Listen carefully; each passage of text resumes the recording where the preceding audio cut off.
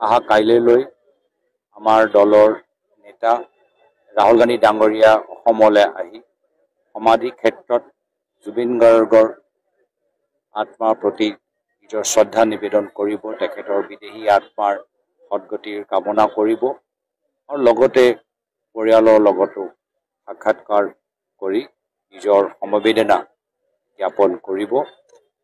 কাইলৈ আৰু কোনো আমাৰ দলীয় কাৰ্যসূচী নাই। কাইলৈ ৰাহুল গান্ধী ডাঙৰীয়াৰ এটা ব্যক্তিগত ভ্ৰমণ, আমাক আৰু কোনো দলীয় কাৰ্যসূচী ল'বলৈ আমাক নিৰ্দেশ দিয়া নাই, জনোৱা নাই বা কোৱাও নাই।